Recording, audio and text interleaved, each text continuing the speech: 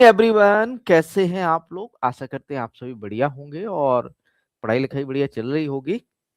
आज जो है जनरल एग्रीकल्चर का सेकंड लेक्चर है। कल जो है एक्चुअल में क्या हुआ था कि कंप्यूटर में कुछ दिक्कत हो गई थी जिससे लाइव करते हैं, तो इस वजह से आपका बीच क्लास से ही आपका जो लाइव सेशन है वो हट गया था, है ना। टेक्निकल इशू था, लेकिन आज आपका जो है सारी चीजें मैंने सॉल्व कर ली हैं, तो कोई दिक्कत नहीं होने वाली है। तो आज का सेशन जो है general agriculture second. General agriculture first में हमने पढ़ा था बेसिक डिटेल ऑफ एग्रीकल्चर, और सेकंड में हम पढ़ने वाले हैं कुछ हमारे महत्वपूर्ण संस्थान। एक्चुअल में जनरल एग्रीकल्चर से क्वेश्चन पूछे जाते हैं और हर एग्जाम में पूछे जा रहे हैं, तो ये इम्पोर्टेंट भी जो है आपका। तो जनरल एग्रीकल्चर लेक्चर सेकंड है, बाइलिंगुअल है, और यदि आप जो है हिंदी और अंग्रेजी दोनों माध्यम में पढ़ रहे हैं तो दोनों के लिए सुइटेबल है। ठीक है, तो सबसे पहले संस्थानों को स्टार्ट करने से पहले हम आपको कुछ क्वेश्चन दिखाना चाहेंगे कि किस तरह से आपका एग्जाम में परीक्षा में क्वेश्चन आते हैं। ठीक है, तो सबसे पहले क्वेश्चन है बच्चों, कृषि पहल के संदर्भ में शब्द आर्या का क्या अर्थ है? आर्या शब्द का क्या अर्थ है? आर्या जो कि आईसीआर के द्वारा शुरू किया गया एक प्रोग्राम है जिसमें आपके जो ग्रामीण युवा हैं उनको स्वरोजगार देने या रोजगार के अवसर पैदा करने और स्वरोजगार उत्पन्न करने के लिए सक्षम बनाने के लिए स्कीम जो है शुरू की गई थी। किसके द्वारा बच्चों? आईसीआर के द्वारा 2015 में। अब यहां पर जो पूछा गया है वो पूछा गया बच्चों आर्या का जो है फुल फॉर्म, है ना। What does the acronym ARYA stand for in the contest of agriculture initiative? तो बताइए, attracting and retaining youth in agriculture, agriculture rural rural youth action, agro rural youth achievers, या agriculture reforms for youth assistant? क्या है सही answer? तो बच्चों यहाँ पर जो राइट आंसर है आर्या का A for attracting and R for retaining, Y for youth in agriculture. Attracting and retaining youth in agriculture, attracting and retaining youth in agriculture, या फिर कहें कृषि में युवाओं को आकर्षित करना और उन्हें बनाए रखना, इस योजना का फुल फॉर्म है, आईसीआर द्वारा चलाई जाती है।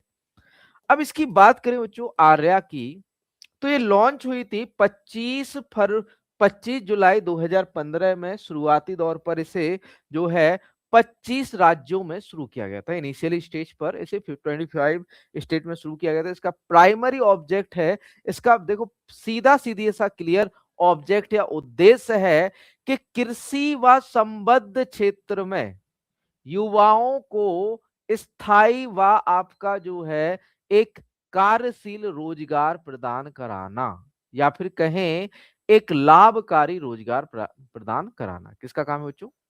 आर्या का। तो देखिए, launched on 25 July 2015 initially in 25 state. 25 जुलाई 2015 को शुरू किया गया और शुरुआत में 25 राज्यों में शुरू की गई थी। इट्स प्राइमरी ऑब्जेक्टिव, इसका जो प्राइमरी या प्राथमिक जो उद्देश्य है वो है attract and empower rural youth. आपके जो ग्रामीण क्षेत्र के युवा हैं उनको कृषि व कृषि से संबंधित क्षेत्रों में क्या करना? अट्रैक्ट करना, उन्हें एंगेज करना, उन्हें एम्पावर करना, उन्हें बढ़ावा देना कि भाई तुम आओ, यहां पर बहुत स्कोप है ना। Youth in these areas to engage in various agricultural, allied and service sector enterprises, thereby promoting sustainable income generation and gainful employment. इसका प्राथमिक उद्देश्य इन क्षेत्रों के ग्रामीण युवाओं को विभिन्न कृषि संबद्ध और सेवा क्षेत्र के उद्यमों में शामिल होने के लिए आकर्षित और सशक्त बनाना है, जिससे स्थायी आय सृजन और लाभकारी रोजगार को बढ़ावा मिले। क्या मिले बच्चों? स्थायी आय सृजन हो, लाभकारी रोजगार को क्या मिले? बढ़ावा मिले। ठीक है, आगे बात करें बच्चों इनके नेक्स्ट उद्देश्य की या नेक्स्ट ऑब्जेक्टिव की। The scheme encourage skill development, entrepreneurial activities and the establishment of micro enterprises unit among the farm youth। जो ग्रामीण है या फार्म यूथ है, जो कृषि क्षेत्र के युवा हैं, उनके लिए स्किल डेवलपमेंट, कौशल विकास, उद्यमशीलता से संबंधित जो गतिविधियां हैं, सूक्ष्म उद्यम इकाइयों की स्थापना को प्रोत्साहित करना किसका लक्ष्य बच्चों? आर्या का। तो यह योजना कृषि क्षेत्र के युवाओं में कौशल विकास, उद्यमशीलता गतिविधियों और सूक्ष्म उद्यम इकाइयों की स्थापना को क्या करती है? प्रोत्साहित करती है। नेक्स्ट है, थ्रू दिस इनिशिएटिव, इस पहल के माध्यम से the aim is to enhance confidence level, जो कॉन्फिडेंस लेवल है यूथ का, encourage farming as a profession and create additional employment opportunity for rural youth in secondary agriculture and related।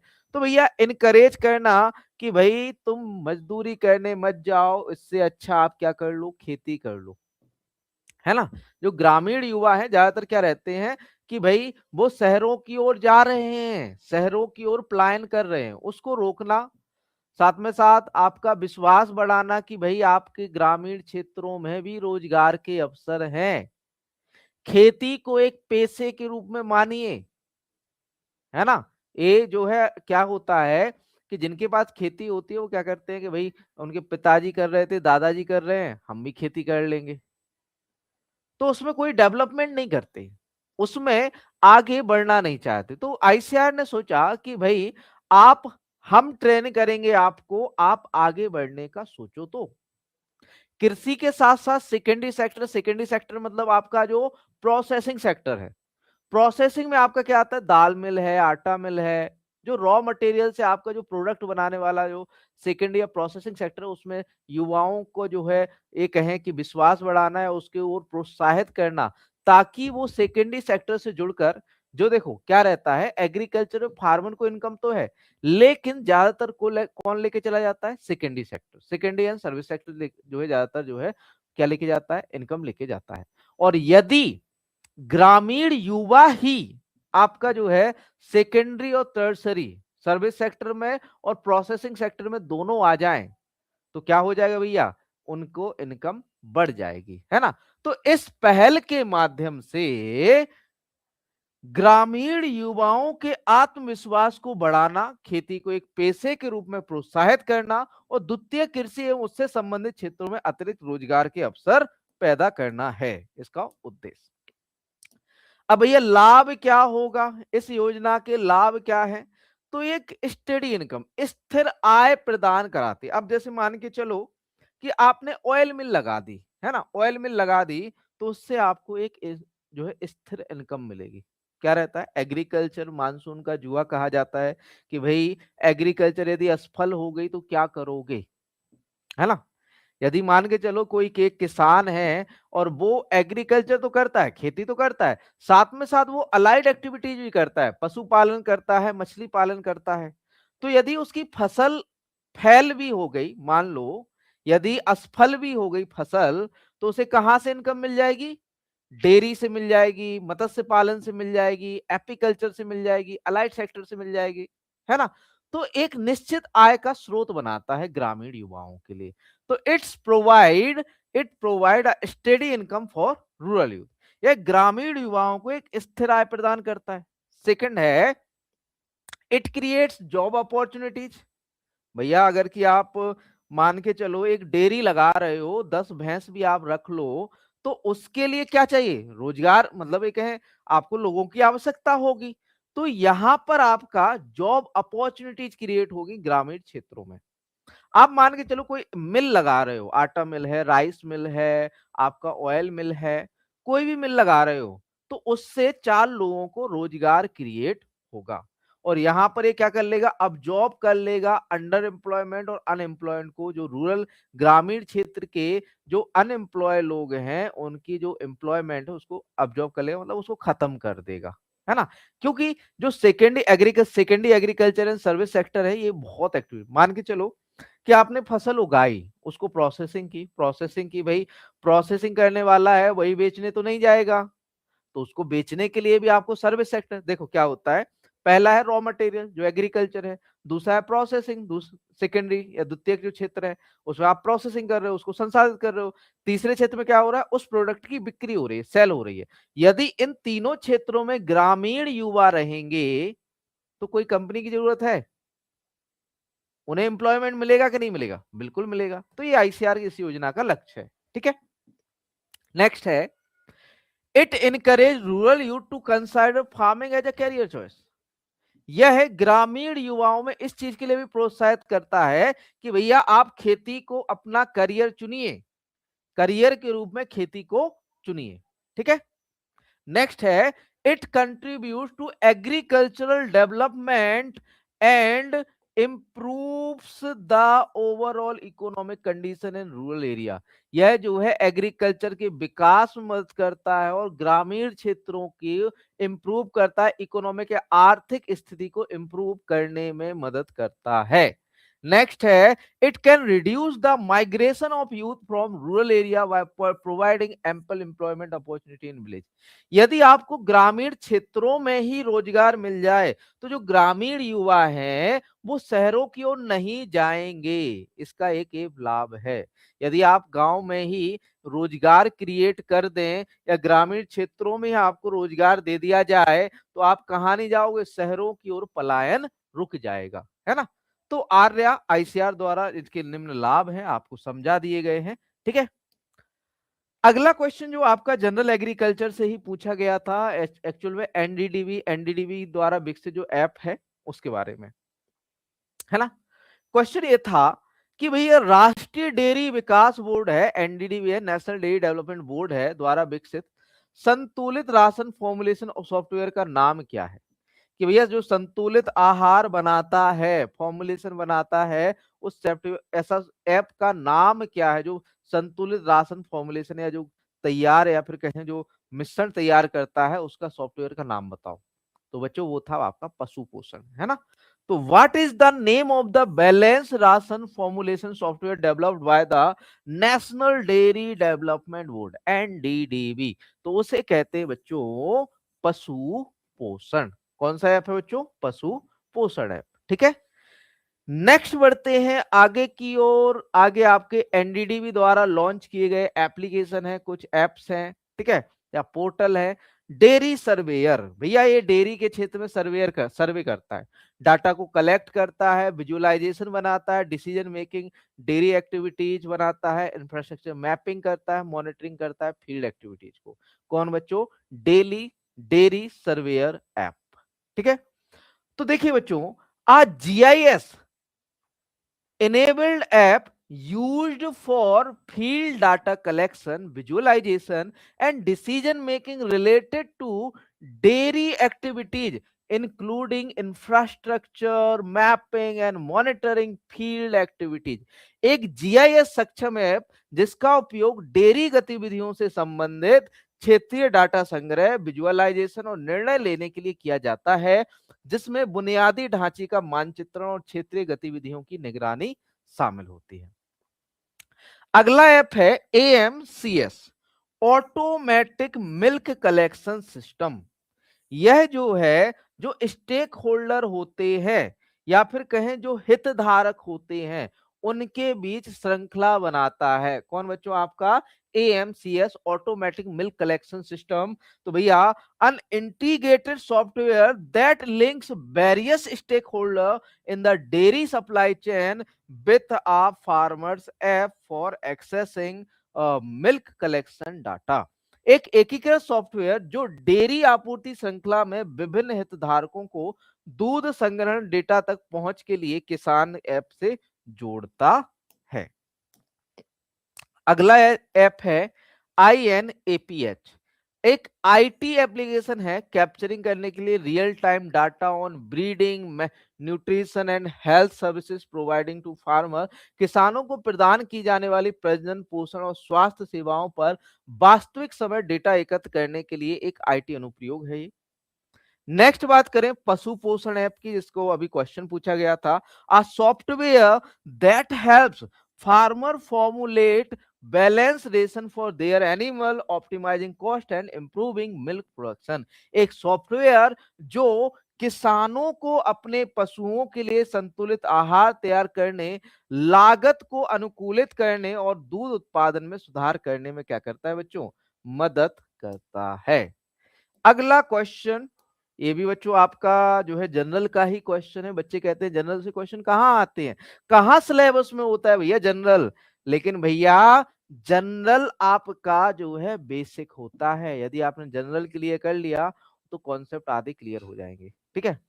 क्योंकि इसमें होती हैं आपकी संस्थाएं, इसमें होती है आपकी योजनाएं, ठीक है। तो जनरल में हम बहुत सी चीजें आपको कवर कराएंगे, टेंशन नहीं लेना है, ठीक है। तो देखिए बच्चों, जिला स्तर पर विकेंद्रीकृत निर्णय लेने और किसान नेतृत्व वाली कृषि योजना को बढ़ावा देने के लिए विस्तार सुधार योजना के तहत निम्नलिखित में से कौन सा संस्थागत तंत्र पेश किया गया था? Which of the following institution mechanism was introduced under the extension reform scheme to promote decentralized decision making and farmer led agriculture planning at the district level? एक चीज, इस क्वेश्चन को सॉल्व करने का पहला तो भैया ये डिस्ट्रिक्ट लेवल पे काम करता है। कई बार आरआरबी एसओ एएफओ में पूछा गया भैया जो आत्मा है, जो एग्रीकल्चर टेक्नोलॉजी मैनेजमेंट एजेंसी है, ये एजेंसी आपका लास्ट में होना चाहिए था। मैनेजमेंट जो एजेंसी है, ठीक है, जो मैनेजमेंट एजेंसी है भैया ये किस स्तर पर काम करती है? तो ये जिला स्तर पर काम करती है। और ये जो है विकेंद्रीकृत निर्णय लेने के लिए क्या है, और किसान नेतृत्व वाली योजना है। विस्तार सेवा, अब देखो जिला स्तर पर तो आपका कृषि विज्ञान केंद्र भी करता है, तो यहाँ नन ऑफ दीज भी हो जाता है। लेकिन उसने कहा विकेंद्रीकृत निर्णय लेने और किसान नेतृत्व वाली कृषि योजना को बढ़ावा देने के लिए विस्तार सुधार योजना के तहत कौन सा जो है संस्थागत तंत्र पेश किया है? यह जो है संस्थागत तंत्र है। कौन बच्चों? आपका आत्मा। आत्मा का नाम सुना होगा, कृषि प्रौद्योगिकी प्रबंधन एजेंसी, जिसे हम आत्मा कहते हैं, है ना। तो which of the following institutional mechanism was introduced under the extension reform seem to promote decentralized decision making and farm led agricultural planning at the district level? तो बच्चों यहां पर कौन है भैया? आत्मा है, ठीक है। कृषि प्रौद्योगिकी प्रबंधन एजेंसी या एग्रीकल्चर टेक्नोलॉजी मैनेजमेंट एजेंसी। तो बच्चों आत्मा की बात करें, कृषि प्रौद्योगिकी प्रबंधन एजेंसी की बात करें, एग्रीकल्चर टेक्नोलॉजी मैनेजमेंट एजेंसी की बात करें, तो ये डिसेंट्रलाइज एक पंजीकृत संस्था है जो जिला स्तर पर काम करती है।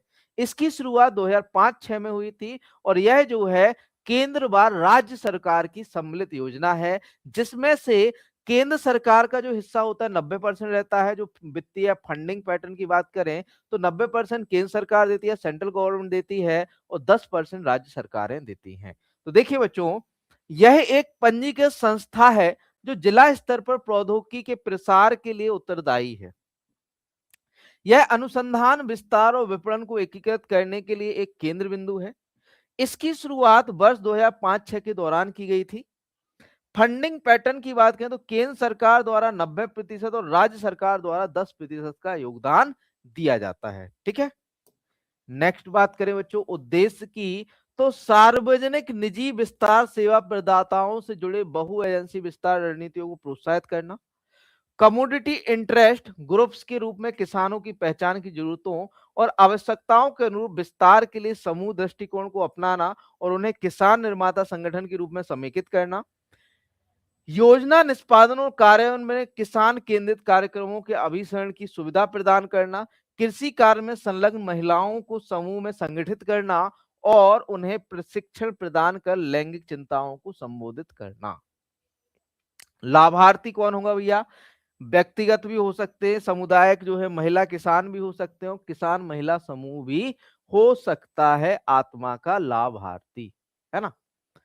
अगला क्वेश्चन जो पूछा गया था, ये देखो पॉलिसी से पूछा गया था, एनडीडीबी की, है ना। जो फंड एनडीडीबी के लिए दिए गए उससे पूछा गया था। देखिए, सॉरी, एनडीडीबी फंड से नहीं है, एमएसपी एक्चुअल में एफसीआई से है। सॉरी सॉरी सॉरी, वो नेक्स्ट है, नेक्स्ट क्वेश्चन होगा, मैंने ध्यान नहीं दिया, वो नेक्स्ट होगा क्वेश्चन, ठीक है। तो निम्नलिखित में से कौन सी एजेंसी भारत में एमएसपी प्रणाली के तहत केंद्रीय पूल के लिए अनाज और मोटे अनाज की खरीद के लिए मुख्य रूप से जिम्मेदार है? Which of the following agencies is primarily responsible for procuring cereal and coarse cereal for the central pool under the MSP system? अब देखो बच्चों, सीरियल के लिए तो हमने कई बार बताया है, सीरियल्स के लिए तो भैया जो प्राथमिक जो वर्क होता है इसका प्राइमरी वर्क, है ना, जो आपका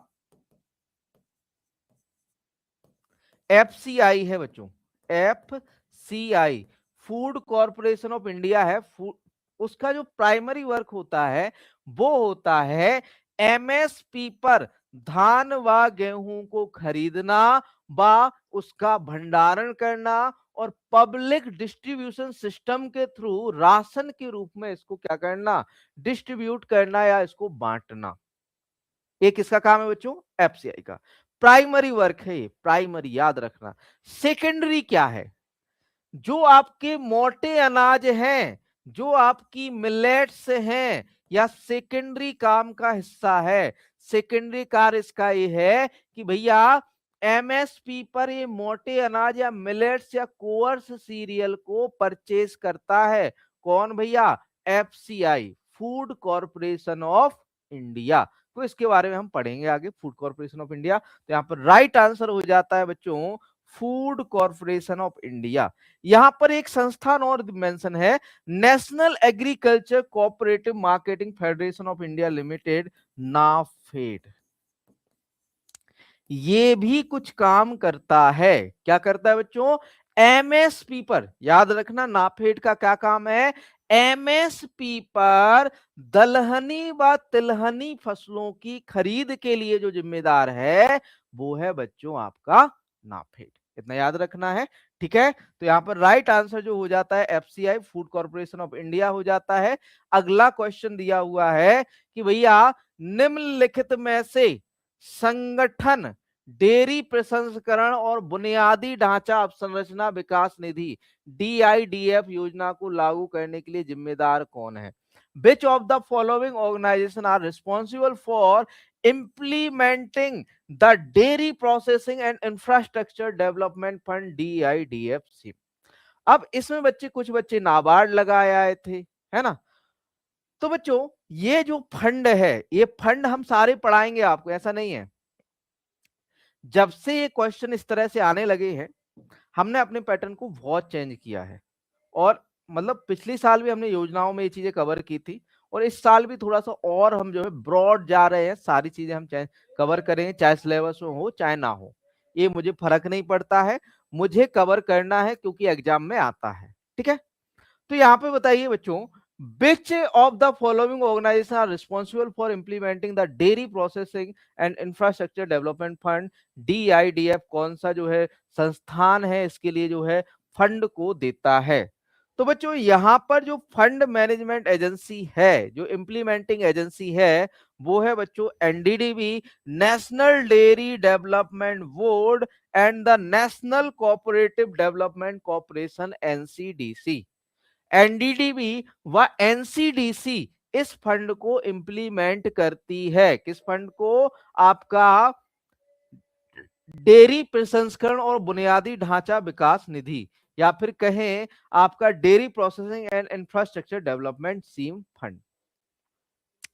अब भाई यहां से शुरुआत करते हैं अपने लेक्चर की। ये जो कुछ क्वेश्चन थे जो हमारे एग्जाम में परीक्षा में पूछे गए थे,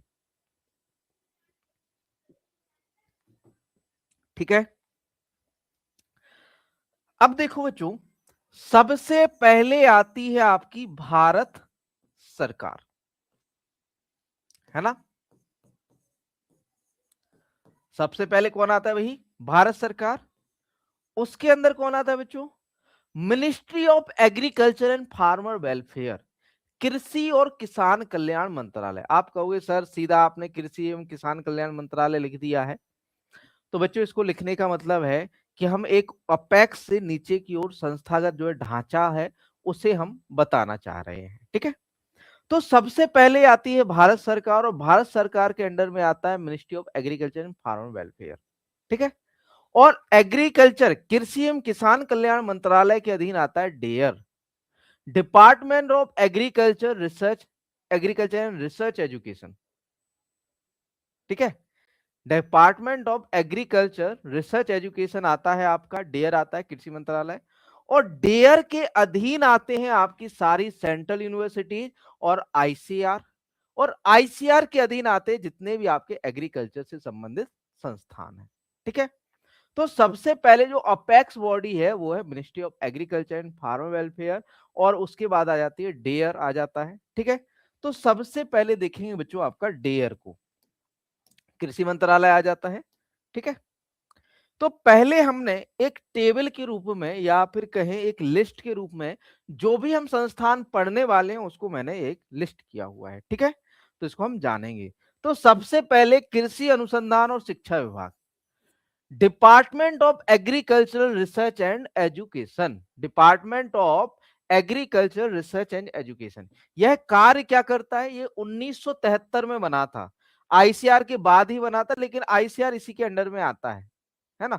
जितनी भी आपकी सेंट्रल यूनिवर्सिटीज हैं, सेंट्रल एग्रीकल्चर यूनिवर्सिटी है, एग्रीकल्चर यूनिवर्सिटी जो सेंट्रल की है, 3 सेंट्रल एग्रीकल्चर यूनिवर्सिटी है, वो भी आपकी इसके डेयर के अंडर में आती है। ठीक है, या 1973 में कृषि में शिक्षा और अनुसंधान को बढ़ावा देने के लिए इसका विकास किया गया था, इसको स्थापित किया गया था 1973 में। ठीक है, नेक्स्ट बात करें भारतीय कृषि अनुसंधान परिषद, इसका तो आप लोग सब जानते हैं, Indian council of agricultural research, ICAR, 16 जुलाई 1929, 16 जुलाई 1929 को ये बच्चों स्थापित हुआ था आपका Indian council of agriculture research. इसकी जो स्थापना की गई थी imperial council of agriculture research के रूप में की गई थी। किसके रूप में बच्चों? Imperial council of agriculture research. बाद में 1947 में आजादी के बाद इसका नाम जो है इंडियन इंपीरियल को इंडियन कर दिया गया और Indian council of agriculture research के रूप में जाना जाने लगा। इसके जो पहले निदेशक हुए वो कौन हुए बच्चों?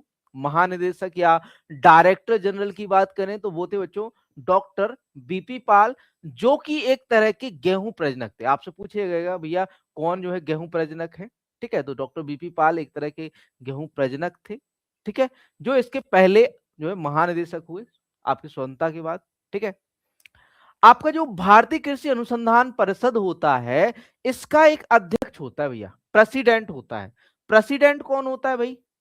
प्रेसिडेंट जो होता है, प्रेजेंट में जो भी आपका केंद्रीय कृषि मंत्री होगा, कृषि एवं किसान कल्याण मंत्रालय का जो भी मंत्री होगा, जैसे प्रेजेंट में या अभी जो वर्तमान में है वो है बच्चों शिवराज सिंह चौहान, जो पिछले जो है पहले जो है मध्य प्रदेश के मुख्यमंत्री भी रह चुके हैं, है ना। वो अभी फिलहाल में भारत के कृषि मंत्री हैं और आईसीआर के अध्यक्ष भी हैं। जो भी कृषि जो मतलब ये कहें कि कृषि मंत्री होगा, केंद्रीय कृषि मंत्री होगा, वो आईसीआर का अध्यक्ष होगा या प्रेसिडेंट होगा। वर्तमान में जो इसके डायरेक्टर जनरल है या महानिदेशक है जो है वो है आपके मंगीलाल जाट, एमएल जाट या मंगीलाल जाट, जो किसके स्थान पर आए हैं? डॉक्टर हिमांशु पाठक के स्थान पर ही आए हैं। जो पहले प्रेसिडेंट हुए, पहले अध्यक्ष हुए, वो पहले कृषि मंत्री मोहम्मद हबीबुल्लाह हुए। कृषि जो आपका आईसीआर है यह भारत में कृषि व शिक्षा, कृषि अनुसंधान व शिक्षा को बढ़ावा देता है। कौन बच्चों? आपका आईसीआर। ठीक है, इसको हम डिटेल में आगे पढ़ने वाले। अगला संस्थान है बच्चों भारतीय कृषि अनुसंधान संस्थान, IARI, Indian agricultural research institute. आप सभी को पता है कि इसकी स्थापना कब हुई थी? 1905 में हुई थी, पूसा नामक स्थान में, पूसा बिहार में इसकी स्थापना हुई थी। 1934 में भूकंप के कारण जो IARI इसकी इमारत ढह गई थी, जिसके कारण इसका जो क्वार्टर है उसको स्थानांतरित करके 1936 में आपका new Delhi, Pusa road, new Delhi कर दिया गया था। ठीक है, ये भी आपका आईसीआर का ही संलग्न जो है क्या है? संस्थान है। जितने भी वैरायटी डेवलपमेंट होती है, जो भी आईसीआर रिसर्च करता है, वो डायरेक्टली आपका आईएआरआई के थ्रू करता है। ठीक है, नेक्स्ट है बच्चों आपका राष्ट्रीय कृषि और ग्रामीण विकास बैंक, नाबार्ड, है ना। कौन सा बच्चों? राष्ट्रीय कृषि और ग्रामीण विकास बैंक। अब जैसे जो भारत का अपेक्स बैंक है वो है बच्चों आरबीआई। कौन सा बच्चों? आरबीआई, है ना। और जबकि आरबीआई, जबकि कृषि का जो अपेक्स बैंक है वो है बच्चों आपका नाबार्ड। भारत का रिजर्व बैंक ऑफ इंडिया और आपका कृषि के लिए है बच्चों नाबार्ड। पहले क्या था कि जो आपका आरबीआई है, आरबीआई का एक विभाग था एआरडीसी, एआरडीसी, उसके उसमें आपके जो जितने भी एग्रीकल्चर से रिलेटेड आपकी फाइनेंस सुविधाएं हैं उस डिपार्टमेंट की में आती थी। 1981 के एक एक्ट के द्वारा जिसे हम नाबार्ड एक्ट जानते के नाम से जानते हैं, एआरडीसी के स्थान पर एक नया जो है बैंक बनाया गया जिसे national agriculture and rural development bank NABARD कहा गया। इसकी सिफारिश जो है क्रैफी कार्ड समिति, कौन सी बच्चों, क्रैफी कार्ड कमेटी, या फिर कहें जिसकी अध्यक्षता बी शिवरमन जो जी कर रहे थे, या बी शिवरमन समिति की जो है सिफारिश पर आपका नाबार्ड की स्थापना 12 जुलाई 1982 को की गई थी। इसका जो हेडक्वार्टर है ये कहां पर है बच्चों, मुंबई महाराष्ट्र में है। यह स्वयं काम नहीं करता, जैसे आरबीआई है वो स्वयं काम नहीं करता, लेकिन उसके जो बैंक हैं यह स्वयं जो है वित्तीय प्रबंधन करता है, लेकिन जो लोन है या फिर कहें आपका जो ऋण है कृषि से संबंधित या जो बैंकिंग सुविधाएं हैं ये स्वयं प्रोवाइड नहीं करता, इसके जो बैंक हैं वो प्रोवाइड करते हैं। कौन बैंक बच्चों, क्षेत्रीय ग्रामीण बैंक। यह जो है क्षेत्रीय ग्रामीण बैंकों के थ्रू काम करता है जिन्हें रीजनल रूरल बैंक कहा जाता है। क्योंकि रीजनल रूरल बैंक जो है 1975 2 अक्टूबर 1975 को लॉन्च किए गए थे। पहला जो रीजनल रूरल बैंक था आरआरबी था, प्रथमा बैंक था, जो उत्तर प्रदेश के मुरादाबाद से शुरू किया गया था, है ना। कहां शुरू किया गया था, उत्तर प्रदेश के मुरादाबाद से। ठीक है, आगे हम विस्तार से इसके बारे में जानेंगे, अभी हम थोड़ी थोड़ी सी चीजें इसको जान ले रहे हैं। ठीक है, अगला है बच्चों कृषि विज्ञान केंद्र, केबीके, कृषि विज्ञान केंद्र। इसका नाम तो आपने बहुत सुना होगा और बहुत बार आप केबीके गए भी होंगे। यह जो है ऐसा संस्था है जो जिला स्तर पर, क्या बच्चों याद रखना, जिला स्तर पर किसानों के लिए जरूरत के अनुसार ट्रेनिंग उपलब्ध कराता है। कौन बच्चों, कृषि विज्ञान केंद्र। केवीके की स्थापना की बात करें तो पहला केवीके मोहन सिंह मेहता समिति, एक चीज और याद रख लेना कि भाई केवीके की स्थापना के लिए कौन सी समिति की सिफारिश की गई थी, मोहन सिंह मेहता समिति। मोहन सिंह मेहता समिति की सिफारिश पर केवीके की स्थापना की गई थी। पहला केवीके पौंडीचेरी में खोला गया था जो कि तमिलनाडु एग्रीकल्चर यूनिवर्सिटी के अंडर खोला गया था, और आपका 1974 में पहला केवीके आपका खोला गया था। ठीक, यह जो है एग्रीकल्चर या स्टेट एग्रीकल्चर यूनिवर्सिटीज के अंडर में काम करते हैं और सीधा सीधा आईसीआर से लिंक रहते हैं। इनकी देखरेख के लिए, निगरानी करने के लिए आपका एक नई योजना भी लाई गई है। ठीक है, जिसे हम अटारी जून के नाम से जानते हैं। किसके नाम से जानते हैं बच्चों, अटारी जून। आगे हम केबी के पढ़ाएंगे तो अटारी जून भी आपको पढ़ाएंगे सारे। 11 अटारी जून में पूरे भारत को डिवाइड किया गया है। ठीक है, अगला संस्थान है बच्चों कृषि और प्रसंस्कृत खाद्य उत्पाद निर्यात विकास प्राधिकरण, agriculture and processed food product export development authority. यह जो संस्था है अपेडा, अपेडा का नाम आपने सुना हुआ है। यह भारत में जो कृषि उत्पाद हैं उनकी प्रोसेसिंग व उनके निर्यात के लिए जिम्मेदार है। इसकी स्थापना 1986 में की गई थी। किसके बच्चों, अपेडा के लिए। विभिन्न कृषि उत्पाद व संबद्ध क्षेत्र के जितने भी कृषि उत्पाद हैं उनकी प्रोसेसिंग और उनके निर्यात के लिए जो जिम्मेदार है वो कौन है बच्चों, अपेडा। ठीक है, अगला संस्थान है national agriculture cooperative marketing federation या national agriculture cooperative marketing federation of India, NAFED. NAFED का नाम सुना होगा भैया।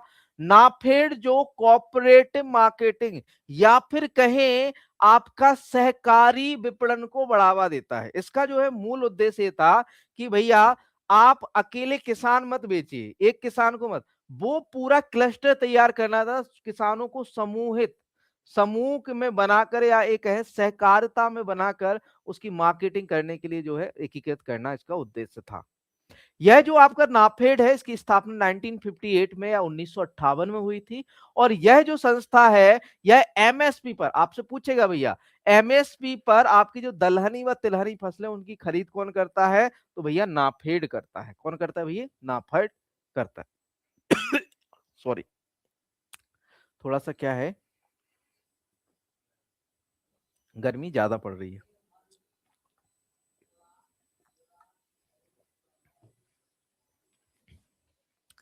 नेक्स्ट संस्थान है बच्चों राष्ट्रीय डेयरी अनुसंधान संस्थान, national dairy research institute, NDRI. यह डेयरी क्षेत्र व प्रजनन या फिर कहें पशु प्रजनन को बढ़ावा देना है, उसमें सुधार या पशुओं में सुधार के लिए जो है संबंधित संस्थान है। इसकी स्थापना 1923 में हुई थी और इसको 1955 में इसकी स्थापना जो है, जो आपका मवेशी फार्म करनाल था उसकी जगह पर 1955 में से स्थानांतरित किया गया था। किसे बच्चों? एनडीआरआई को। ठीक, इसके द्वारा दो संकर किस्में निकाली गई, करन फ्राइज और करन स्विस। ठीक है, अगला संस्थान है बच्चों राष्ट्रीय कृषि विस्तार प्रबंधन संस्थान, national institute of agricultural extension management या मैनेज, इसे हम जानते हैं मैनेज के रूप में। इसकी स्थापना 1987 में की गई थी।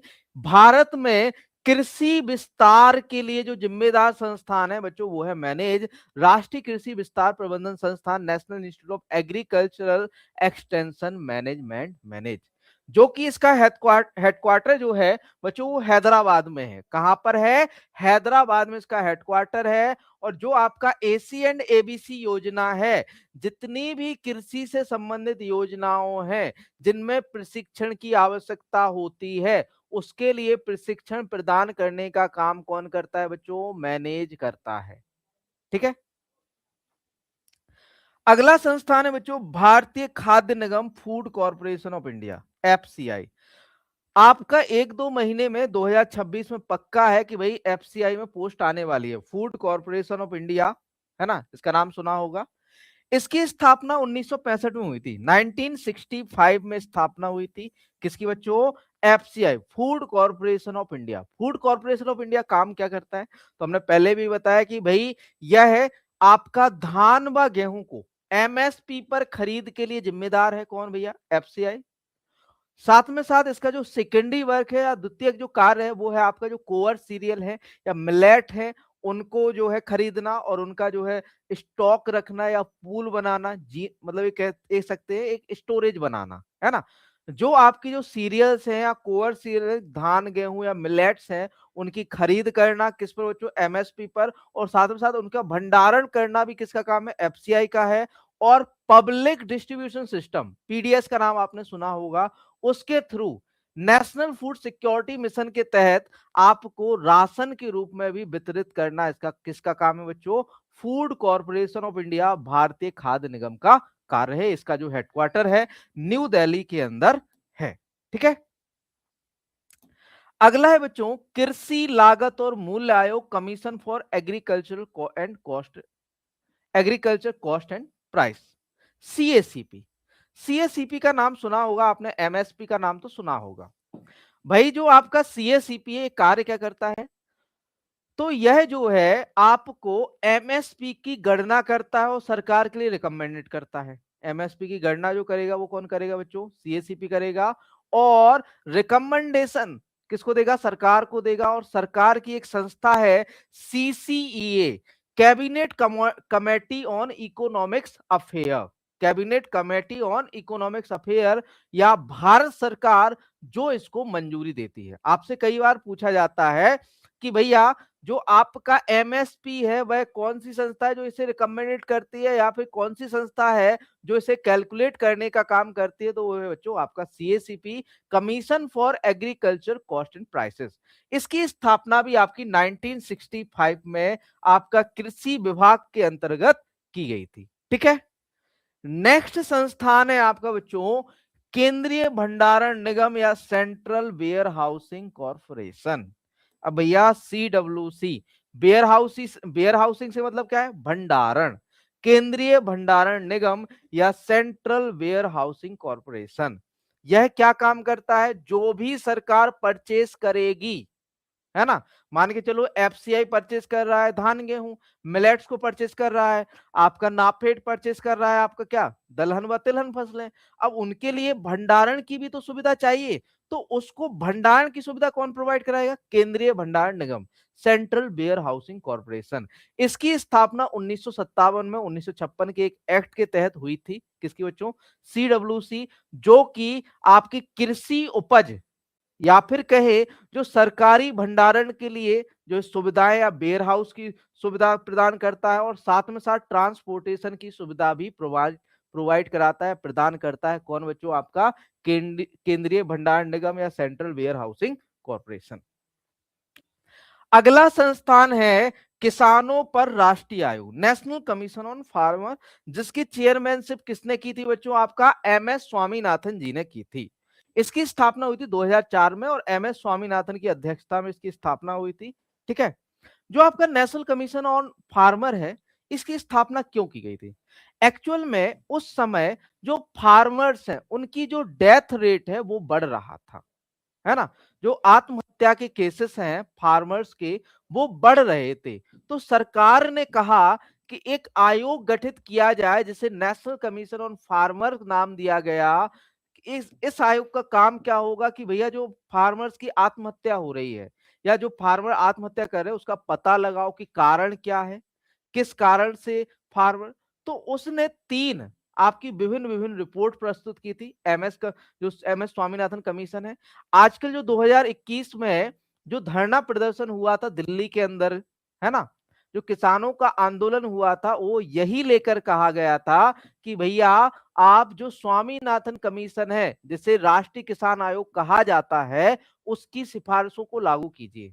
जबकि जो भारत सरकार है वो दावा ये करती है कि भाई हम जो है एमएस स्वामीनाथन कमीशन की सारी सिफारिशों को ही लागू किए हैं। ऐसा कुछ नहीं है, ऐसा कुछ नहीं है। जो भारत सरकार है नेशनल कमीशन ऑन फार्मर्स को यदि लागू करे, या एमएस स्वामीनाथन की जो रिपोर्ट्स हैं उनको लागू करे, तो किसानों की जो आय है दुगनी से 3 गुनी हो जाएगी। लेकिन भारत सरकार ऐसा नहीं चाहती, इसलिए नहीं होता है। ठीक है। अगली संस्थान है बच्चों विपणन और निरीक्षण निदेशालय, directorate of market and inspection, जो कि आपका फरीदाबाद में है। कहां पर है बच्चों, फरीदाबाद हरियाणा के अंदर है। इसका कार्य क्या है, जो मार्केटिंग है, कृषि वस्तु उनकी मार्केटिंग करना, और साथ में साथ एगमार्क के थ्रू आपकी जो लेबोरेटरी है उसमें जो बीज परीक्षण है या अनाज का परीक्षण करना, उसकी क्वालिटी कंट्रोल करना, किसका काम है बच्चों, आपका डीएमआई का, directorate of marketing and inspection का है। ठीक है। ये संस्थान हम पढ़ने वाले हैं। ठीक है। ये इंपॉर्टेंट संस्थान है जो एग्रीकल्चर के आपके पूछे जाते हैं। ठीक है। तो बच्चों सबसे पहला जो संस्थान है वो है DARE, department of agriculture research and education, है ना। Department of agricultural research and education, कृषि अनुसंधान व शिक्षा विभाग, कृषि अनुसंधान व शिक्षा विभाग। इसका जैसे नाम से ही पता चल रहा है कि भैया ये क्या करता है, भाई कृषि में शिक्षा व अनुसंधान को बढ़ावा देने का कार्य करता है। कौन बच्चों, डेयर। तो डेयर का पूरा नाम है department of agriculture research and education है। यह भारत सरकार के ministry of agriculture and farmers welfare के अंतर्गत एक महत्वपूर्ण क्या है बच्चों, विभाग है। हमने बताया था ना कि हमने ministry of agriculture and farmer welfare क्यों लिखा है, कृषि एवं किसान कल्याण मंत्रालय क्यों लिखा है, क्योंकि कृषि एवं किसान कल्याण मंत्रालय भारत सरकार का मंत्रालय है, उसके अंतर्गत आपका डेयर आता है, और डेयर के अंतर्गत ही आपके सारे संस्था आते हैं। स्थापना कब हुई थी, 1973 या 1973 में इसकी स्टैब्लिश किया गया था, स्थापना हुई थी। इसका जो मुख्यालय है वो है कृषि भवन नई दिल्ली। मुख्यालय कहां पर इसका बच्चों, कृषि भवन न्यू दिल्ली। मुख्य उद्देश्य की बात करें इसके, तो डेयर का मुख्य कार्य भारत में कृषि अनुसंधान, एग्रीकल्चर रिसर्च और कृषि शिक्षा, एग्रीकल्चर एजुकेशन को बढ़ावा देना है। तो हमने बताया था ना कि इसका काम कृषि अनुसंधान और कृषि शिक्षा को बढ़ावा देना है। प्रमुख कार्य की बात करें तो कृषि अनुसंधान का समन्वय करना, कृषि विश्वविद्यालयों की शिक्षा नीति बनाना, नई कृषि तकनीक और शोध को प्रोत्साहित करना, किसका कार्य है बच्चों, डेयर का। कृषि अनुसंधान संस्थानों का प्रबंधन और मार्गदर्शन करना किसका काम है, डेयर का। कृषि क्षेत्र में मानव संसाधन विकास, ह्यूमन रिसोर्स डेवलपमेंट करना, ये भी काम कौन करता है, डेयर करता है। अब बच्चों डेयर के अंदर आने वाले संस्थान या सेंट्रल यूनिवर्सिटीज, तो पहला संस्थान तो बच्चों आईसीआर है, Indian council of agricultural research, जो कि न्यू दिल्ली में है। ये डेयर के अंतर्गत आने वाला अपेक्स जो है संस्थान है। उसके बाद आपकी जो 4 एग्रीकल्चर यूनिवर्सिटीज हैं, जैसे central agriculture university Imphal Manipur हो गई, Rani Lakshmibai central agriculture university Jhansi Uttar Pradesh हो गई, doctor Rajendra Prasad central agriculture university Pusa Bihar हो गई, और central agriculture university Jharkhand Ranchi Jharkhand के अंदर है ना। तो ये 4 सेंट्रल यूनिवर्सिटी हो गई आपकी, सेंट्रल एग्रीकल्चर यूनिवर्सिटी, और आपका आईसीआर किसके अंडर में आते हैं, ये डेयर के अंडर में काम करते हैं। ठीक है, इसके बाद है पहला संस्थान बच्चों आईसीएआर। इसका तो आजकल जो है बहुत क्रेज है, अब पूछा जाता है आजकल इसकी जो है सीम योजनाएं जरूर पूछी जाती हैं। Indian council of agricultural research ICR स्थापना कब हुई थी, 16 जुलाई 1929, 1929, 16 जुलाई 1929 की स्थापना हुई। प्रारंभिक नाम जो था इसका imperial council of agriculture research था, जिसे बाद में जोगेंद्र सिंह के नेतृत्व में 1947 के बाद इंडियन कर दिया गया। प्रशासनिक नियंत्रण की बात करें तो हमने बताया ना कि डेयर के अंडर में प्रशासनिक नियंत्रण करता है, तो department of agriculture research and education जो डेयर है इसका प्रशासनिक नियंत्रण करता है। किसका बच्चों, आपका आईसीएआर का, Indian council of agricultural research का। ठीक है, present president of agriculture ICR, sorry president of ICR, तो हमने आपको बताया था कि जो प्रेसिडेंट या अध्यक्ष होता है आईसीआर का, वह कौन होता है, यूनियन मिनिस्टर ऑफ एग्रीकल्चर, केंद्रीय मंत्री, केंद्रीय कृषि मंत्री जो होता है वो आईसीआर का अध्यक्ष होता है। प्रेजेंट में वर्तमान में केंद्रीय कृषि मंत्री कौन है बच्चों, श्री शिवराज सिंह चौहान है, जो पिछले या फिर कहे जो पूर्व में मध्य प्रदेश के मुख्यमंत्री भी रह चुके हैं। ठीक है, नेक्स्ट बात करें DG of ICR, director general of ICR. Secretary होता है भैया ये डिपार्टमेंट का, डेयर का सेक्रेटरी। आप देखो डेयर का कोई अलग से आपका महानिदेशक नहीं होता है, सेक्रेटरी यही होता है, सचिव यही होता है। आईसीआर का जो डीजी होता है, डायरेक्टर जनरल होता है, जो महानिदेशक होता है किसका बच्चों, आईसीआर का, वही सचिव होता है डेयर का, department of agriculture research and education का। फर्स्ट जो प्रेसिडेंट हुए वो थे खान बहादुर सर मोहम्मद हबीबुल्लाह थे, और first director general of ICAR doctor B P Pal हुए, और अभी प्रेजेंट में डायरेक्टर जनरल है जो आपके आईसीआर के, वो है बच्चों डॉक्टर मंगीलाल जाट। इससे पहले कौन से, डॉक्टर हिमांशु पाठक थे। हिस्ट्री ऑफ आईसीआर की बात करें, इतिहास, तो 1926 में एक कमीशन गठित किया गया जिसे रॉयल कमीशन ऑन एग्रीकल्चर कहा गया, रॉयल कमीशन ऑफ एग्रीकल्चर, जो कि लॉर्ड लिनलिथगो के द्वारा जो है हेड किया जा रहा था। इसने अपनी जो है सिफारिश है 1927 में क्या दी, अपनी रिपोर्ट्स दी, उसके थ्रू 1929 में आपका जो है आईसीआर का स्थापना की गई थी, है ना। तो 1926 establish royal commission on off agriculture headed by Lord Linlithgow, recommended recommended setting up Imperial Council of Agriculture Research to promote, guide and coordinate agriculture research throughout the India। कृषि में आपका कृषि रिसर्च को प्रमोट करने, उसको guide करने और coordinate करने के लिए आपके भारत में आपका इंपीरियल काउंसिल ऑफ एग्रीकल्चर की जो है स्थापना की गई थी, किसके द्वारा, lord Linlithgow royal commission on agriculture की सिफारिश पर। 16 जुलाई 1929 ICR was set up as a registered society under the society registration act 1860 on the recommendation of royal commission of agriculture. Royal commission of agriculture की सलाह पर 16 जुलाई 1929 को एक सोसाइटी एक्ट के थ्रू, जो कि आपका एक्ट 1980 है, उसके थ्रू इसकी जो है स्थापना की गई थी। 1947 की बात करें तो name has been changed from imperial council of agriculture research to Indian council of agriculture research. किसके द्वारा किया गया था, जोगेंद्र सिंह के नेतृत्व में किया गया था। 1965 की बात करें तो doctor B P Pal appointed first DG of ICR, he initiated all India coordinated research project. आपसे पूछेगा कि भैया all India coordinated research, Akhil Bharatiya अनुसंधान जो परियोजनाएं हैं वो कौन लेकर आया था, तो वो लेकर आए थे डॉक्टर बीपी पाल, जो कि पहले अध्यक्ष हुए थे आईसीएआर के। ठीक है, आगे बढ़ते हैं। Project and scheme by ICR, ICR के द्वारा चलाई जाने वाली योजना है व प्रोजेक्ट। पहला प्रोजेक्ट है बच्चों national agriculture higher education project, national agriculture higher education project. इसका जो है क्वालिटी एग्रीकल्चर एजुकेशन या फिर कहें हायर एजुकेशन को बढ़ावा देना है, जैसे पीजी हो गया, पोस्ट ग्रेजुएशन हो गया, यूजी हो गया, पीएचडी हो गया, है ना। Improve quality of agriculture education in India, Bharat में आपकी जो गुणवत्तापूर्ण एजुकेशन है, गुणवत्तापूर्ण एग्रीकल्चर कृषि जो आपकी शिक्षा उसको बढ़ावा देना। फंडेड किसके द्वारा फंडेड की जाती है, एनएचईपी एक की जाती है, वर्ल्ड बैंक द्वारा फंडेड है।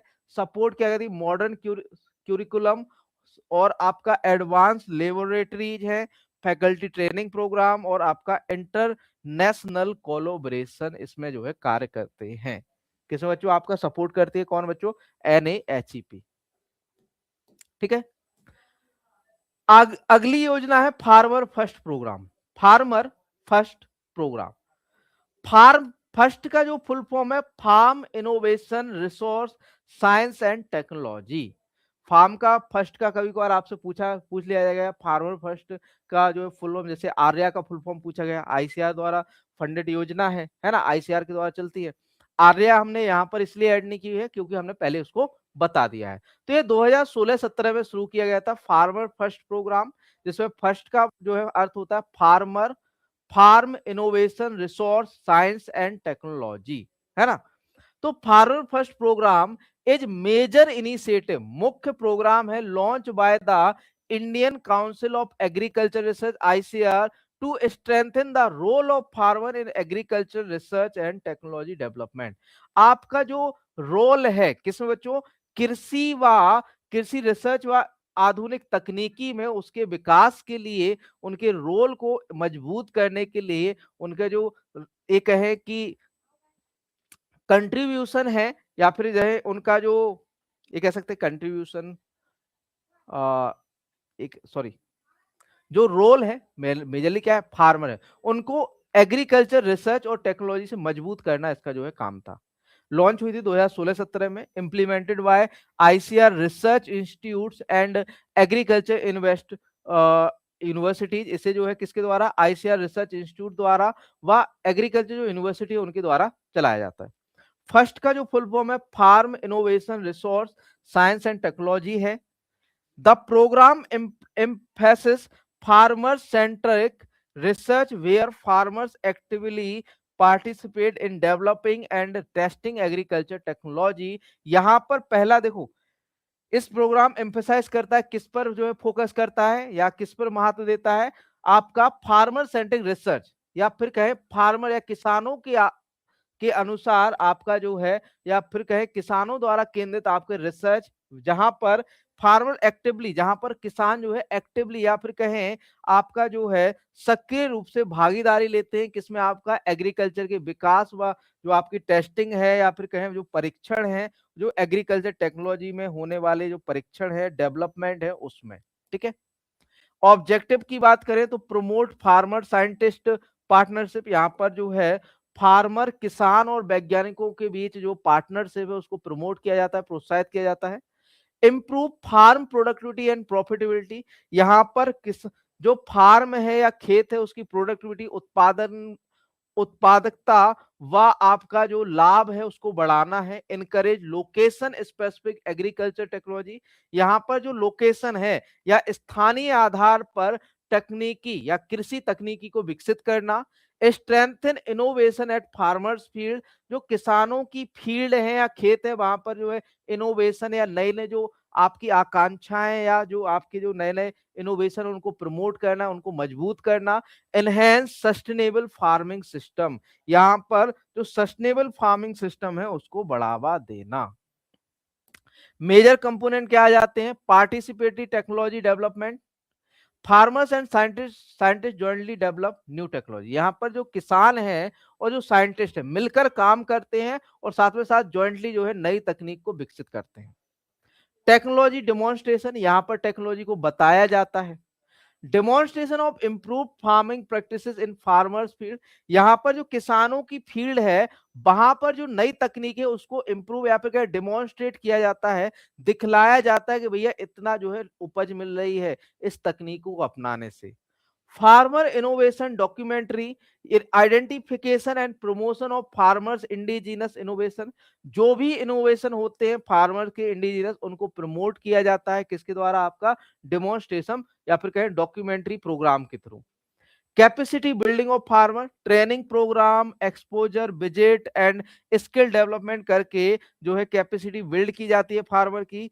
फीडबैक टू साइंटिस्ट, यहां से फीडबैक लिया है, farmer provide feedback for improving technology, यदि टेक्नोलॉजी से इंप्रूव किया है तो जो साइंटिस्ट है उनको क्या देता है, अपना जो है फीडबैक देता है, रिस्पॉन्स देता है।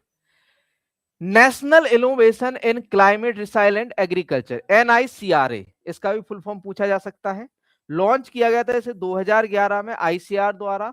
National innovation in climate resilient agriculture is a major program of the Indian council of agriculture research aim at making Indian agriculture resilient to climate change and climate variability.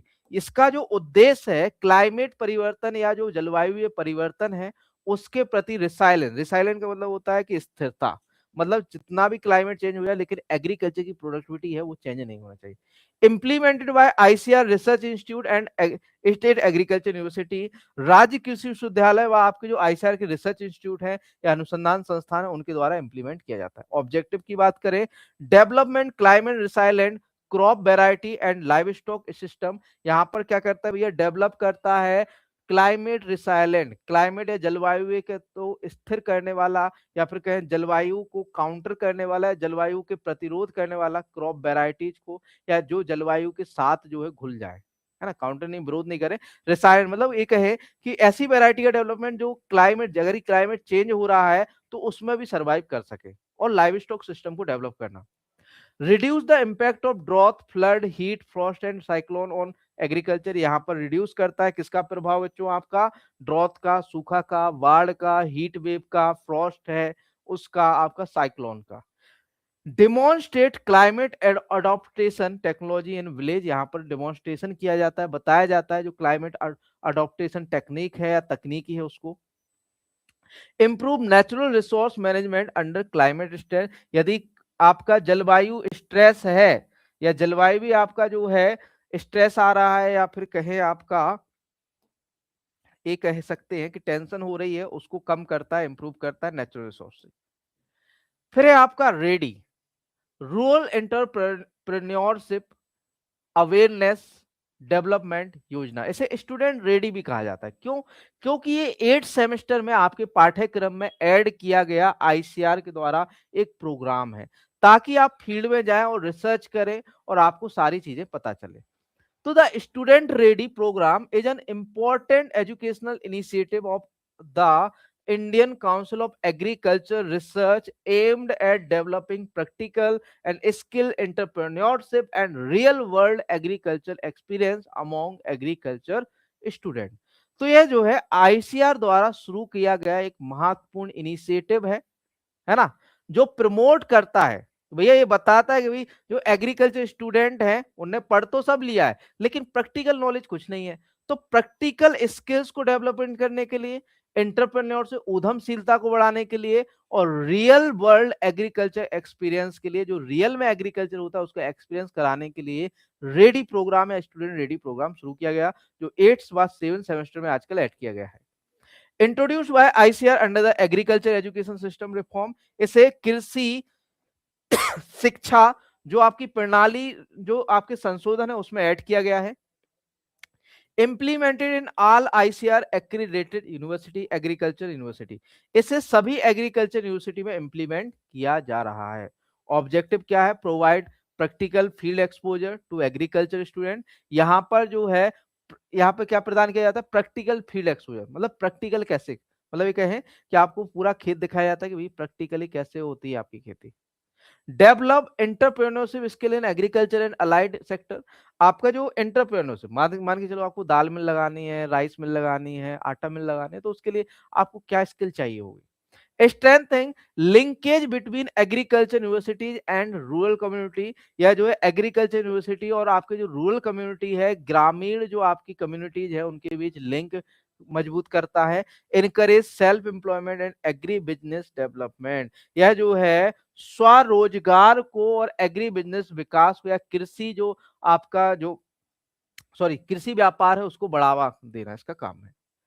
आगे बात करें major component of student ready, तो इसके programme के जो है कुछ component, जैसे राबे हो गया, रूरल एग्रीकल्चर वर्क एक्सपीरियंस, है ना। Student work directly with farmer in village, यहाँ पर जो है स्टूडेंट को ले जाया जाता है और वो फार्मर्स के साथ कार्य करते हैं। Understand real farming problem and technology, यहाँ पर वो समझते हैं कि रियल में फार्मिंग प्रॉब्लम क्या है, टेक्नोलॉजी क्या है। ठीक। एक और प्रोग्राम है इसके अंतर्गत experiential learning program ELP, hands on training in production processing and marketing of agriculture product. जो आपकी एग्रीकल्चर प्रोडक्ट है उसकी मार्केटिंग, उनकी प्रोसेसिंग से संबंधित जो है आपको ट्रेनिंग दी जाती है। इन प्लांट ट्रेनिंग इंडस्ट्रियल अटैचमेंट रहता है, training in agro industrial seed companies, food processing unit and research institute में आपको ट्रेनिंग दिया, जैसे ICR है आपका सीड प्रोसेसिंग यूनिट के बारे में बताता है ना। तो यहाँ पर इन प्लांट ट्रेनिंग या इंडस्ट्रियल अटैचमेंट दिया जाता है। Skill development training, training in modern agriculture technologies and agriculture skills. Student project entrepreneurship development, encourage student to start agri startup and agri business venture. यहाँ पर इनकरेज किया जाता है कि जो कृषि के जो छात्र हैं वो एग्री स्टार्टअप या एग्री बिजनेस वेंचर को ज्वाइन करें। अगला जो प्रोग्राम है मेरा गांव मेरा गौरव, MGMG, मेरा गांव मेरा गौरव, ये भी आपका ICR का एक इनिशिएटिव है या आपका जो है पहल है। देखिए मेरा गांव मेरा गौरव is a flagship out research program of the Indian council of agriculture research, design to connect agriculture scientist directly with farmers in village. इसको इसलिए लाया गया था ताकि जो कृषि वैज्ञानिक हैं उनको सीधे किसानों से संपर्क, या फिर कहें वो डायरेक्टली किसानों से संपर्क कर सके विलेज में।